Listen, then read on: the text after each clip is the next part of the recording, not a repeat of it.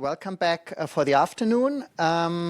We now first have two talks by Asuka Ito and Carlos Tamarit, who agreed at very short notice to give this talk, so that's really amazing. And the first one by Asuka-san will be about overview of magnon-based concepts. Please take it away. Yeah, thank you for the introduction, and I'm glad to give a talk here. Thank you. And I'm Asuka from QEP in KK, and QEP is a new institute just started 2 years ago, and the concept is to use quantum system for studies of the universe and the particles. And today I would like to talk about overview of the magnon-based concept and based on these papers. Okay, this is the introduction.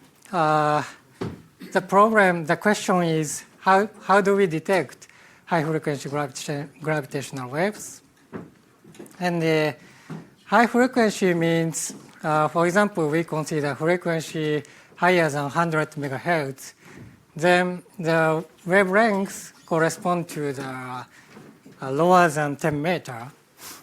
And we know gravitational waves are coupling to anything like particles, waves, and any macroscopic objects. So at this scale, and we can use anything in principle, so any kind of tabletop experiment potentially can be utilized as a high-frequency gravitational wave detector. And as we already saw in this conference, we can use, for example, phonons, atoms, cavities, and mechanical sensors, etc. And in this talk, I will show that magnons and pinging traps can be used as high-frequency gravitational wave detectors. So this is the content. And first, I talk about the interaction between a fermion and gravitational waves. And second, I will talk about the magnon gravitational wave detector. And finally, I will introduce a new proposal. We use one electron quantum cyclotron. It is a pinging trap, and we show that it can be used for gravitational wave detectors. So, okay, let us move on to the first topic. We studied the gravitational wave effect on fermion. And then we should consider the Dirac equation in curved space-time. It is given this, and the detail is not important. Just this spin connection and the tetrad includes the information of the gravity and the gravitational waves. And we use the Fermi normal coordinate given this, and we substitute the metric into the Dirac equation, and we take the non-relativistic limit, then we can get the Hamiltonian for the Schrödinger equation. And the Hamiltonian of the Schrödinger equation contains several terms, including the modification by gravity, by gravitational waves. And here I show several terms. And the first term, for example, represent rest mass and the modification due to gravitational wave. And the second term represent, this term represents a magnetic moment. And other terms represent interaction between spin S and the gravitational waves represented by the Riemann tensor in the presence of an external magnetic field, B. So when we have a background magnetic field, a gravitational wave can interact with the spin of the fermions, like electrons.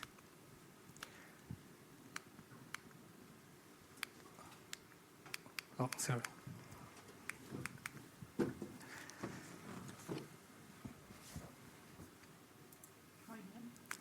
Oh, thank you.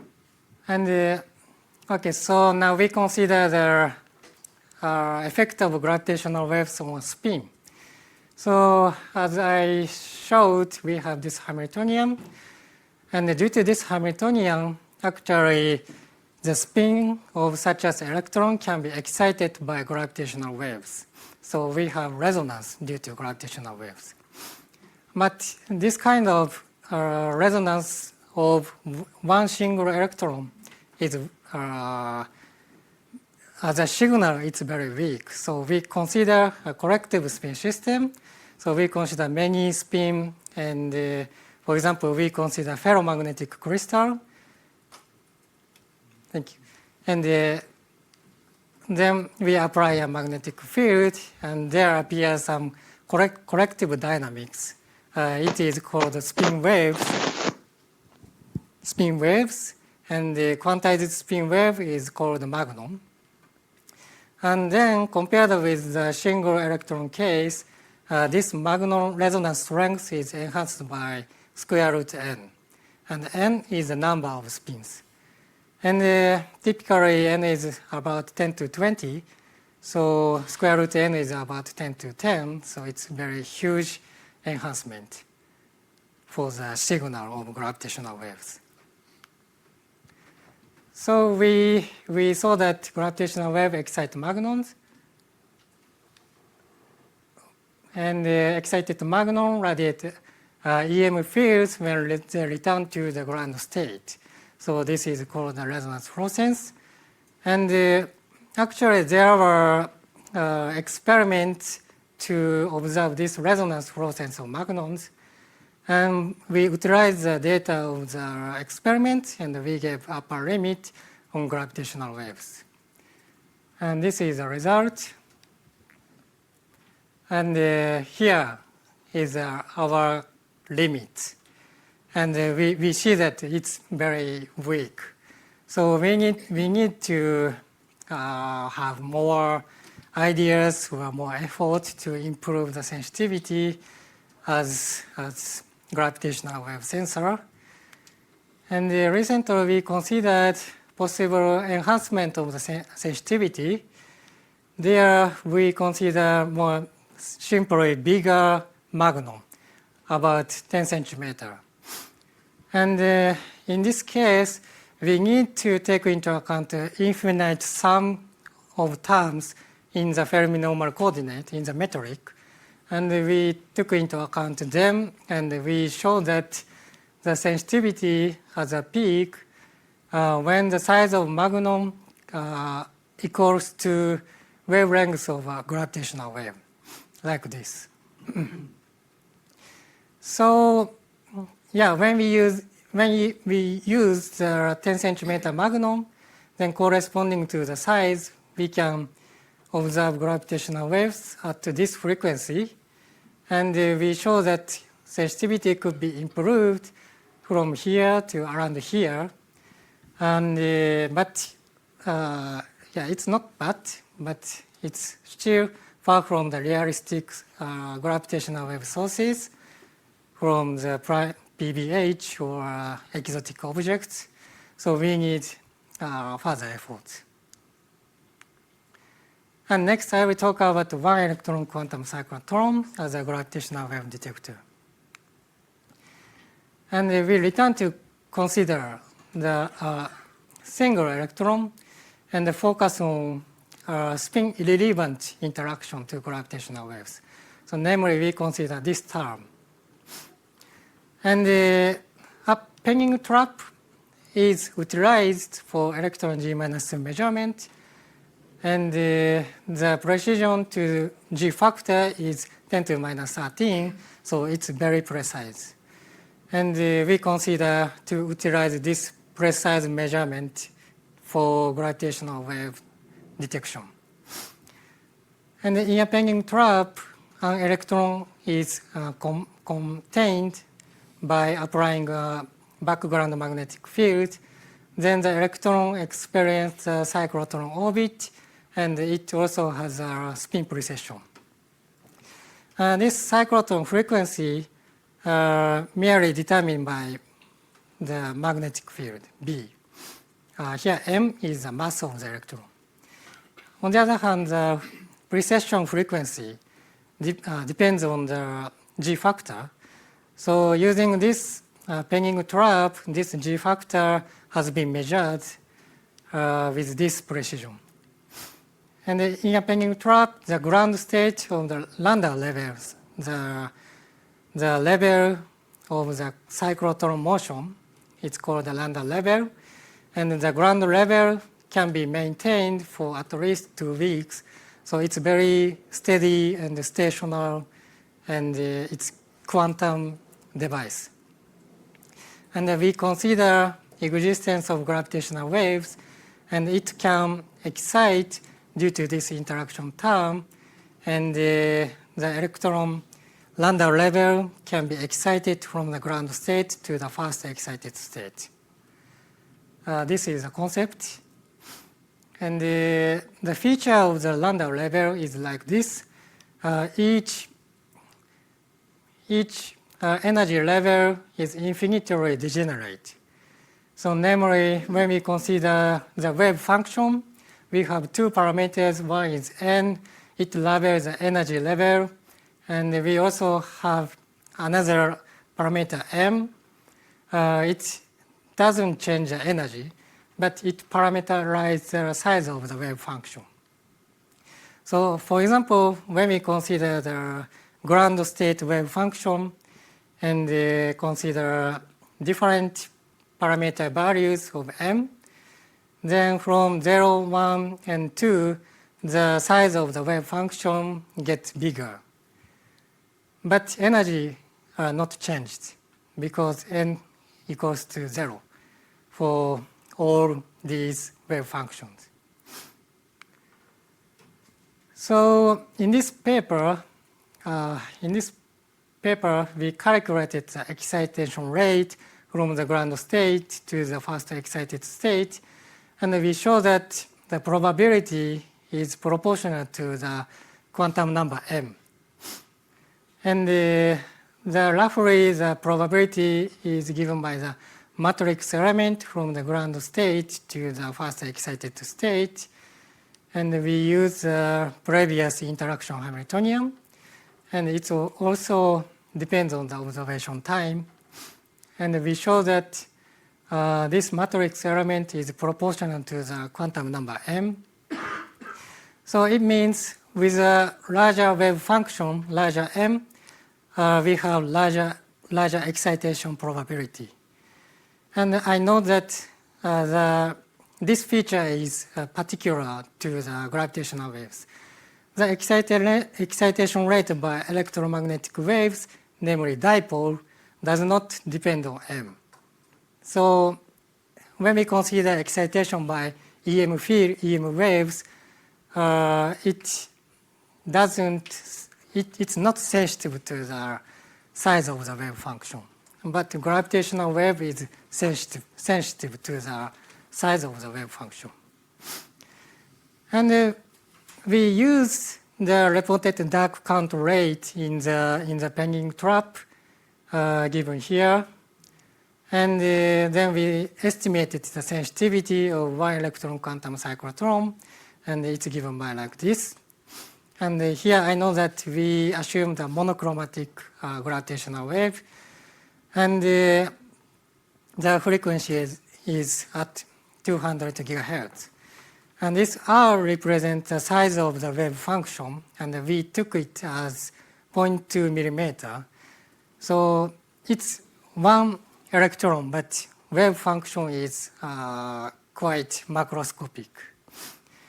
I also know that we need to satisfy this inequality for the validity of the calculation, because we truncated the higher order terms in the metric of the Fermi normal coordinate. And also in the frequency range of this 20 gigahertz to 200 gigahertz, one can maintain this sensitivity.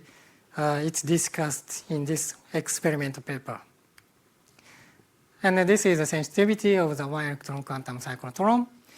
The frequency range covers uncovered regions, but sensitivity is still not enough to reach the interesting theoretical predictions.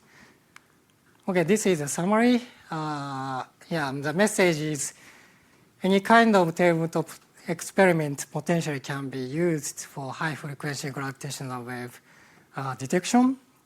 And we considered several possibilities. And for future, we still need novel ideas to detect realistic sources and new detection concepts or new detection technique like quantum sensing, quantum entanglement, and quantum squeezing would be useful. Okay, thank you very much.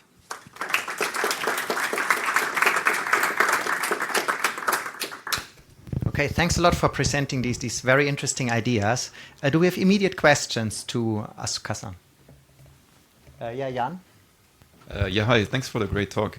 I was wondering if you increase the volume even further if you get like better sensitivity, because but what's the volume compared to the wavelengths right now?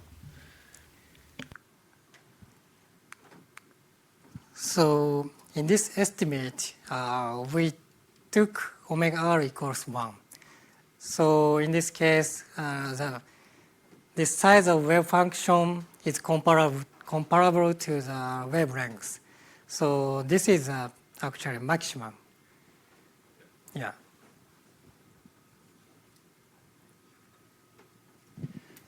Yeah. So how can you bring the limits to this of sensitivity to the best possible case?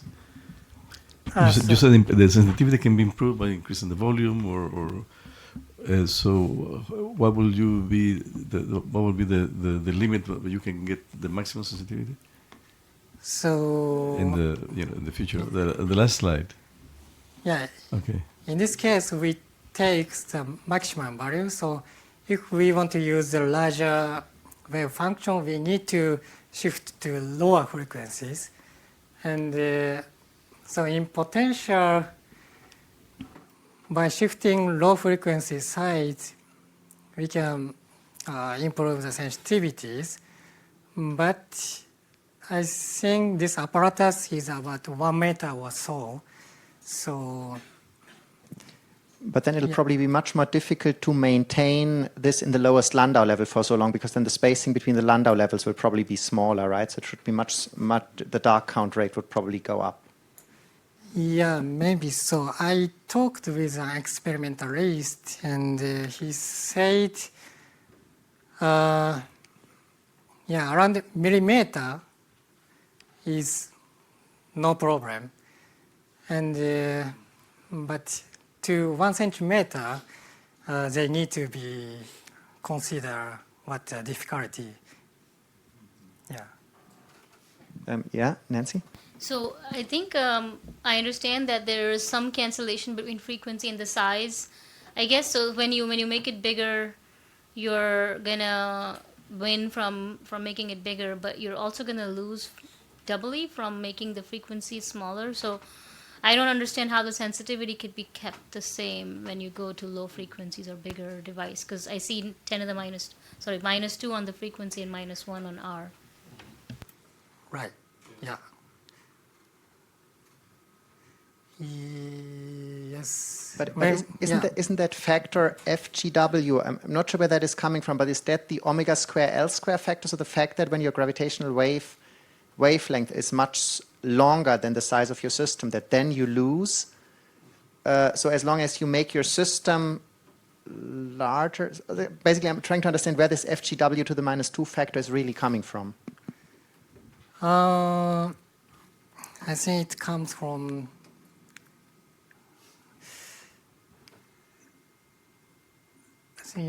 from this interaction term. We contain the derivative of the gravitational waves. So we have two omega, so omega squared. But that is basically an omega squared times the size of your system squared. So if you make your system larger as you go lower in frequency, I would have assumed that stays. But I may be missing something, of course. Yeah.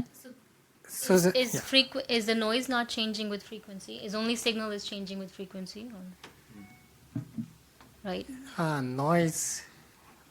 Yeah, we need to consider thermal noise, and when we go to lower frequencies, thermal noise typically could be bigger. So when you say dark count, that's not already taking noise into account? Like the fact that it can be maintained in 2 weeks, for 2 weeks, I thought that was already a statement about noise, but maybe it wasn't. Yeah, that statement is so far only true for this frequency range. So we need to reconsider if this is true even for lower frequency or not. So yeah, I can say now it's only true in this frequency range. Yeah. Yeah. Yeah. Valerie was first? Okay, sorry. I'm Sorry, hiding Valerie. behind the convener, Sorry. right? Yeah, just I had a minor technical question because you mentioned that you're kind of restricted to the omega r smaller one regime because you expand the Fermi normal coordinates, but you could use in principle the resummed equations, right, from the paper by Diego and Sebastian. Yeah. I doubt you'd gain much, right, because that probably omega r around 1 is going to be your peak sensitivity, but in principle you can extend also to the other limit, right? Yeah, we can extend, but yeah, as you said, but we expect that the peak of the sensitivity will be around omega r equals to 1.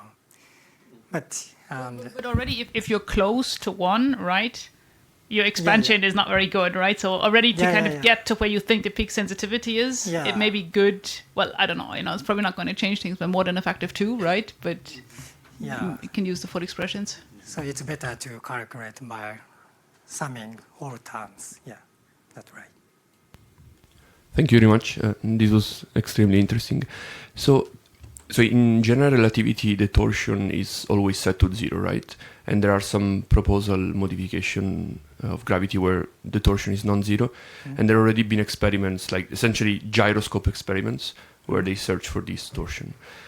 So since you have such good sensitivity with spin interactions, I was wondering if, so for free, I guess you would get some very good sensitivity also to torsion effects. So, as a test of GR for free, you would get the test of general relativity for free, I think, with this setup. Have you ever thought about that or compared sensitivity to these kind of effects? So you mean whether we can detect torsion with spin coupling Yes. I guess space-time angular strain. to spin of the fermion? Yeah. Honestly, I have not considered it, so I'm not sure. But there should be spin-spin coupling. So in principle, I think we can do it. Yeah. So I think we need to move on, which is very hard because what you're talking about is way too interesting. But I think let's nevertheless pause the discussion here to move on to the next talk. And then, of course, afterwards, there'll still be time to discuss this further. And I find this really exciting. So let's thank Asuka again for his very interesting talk.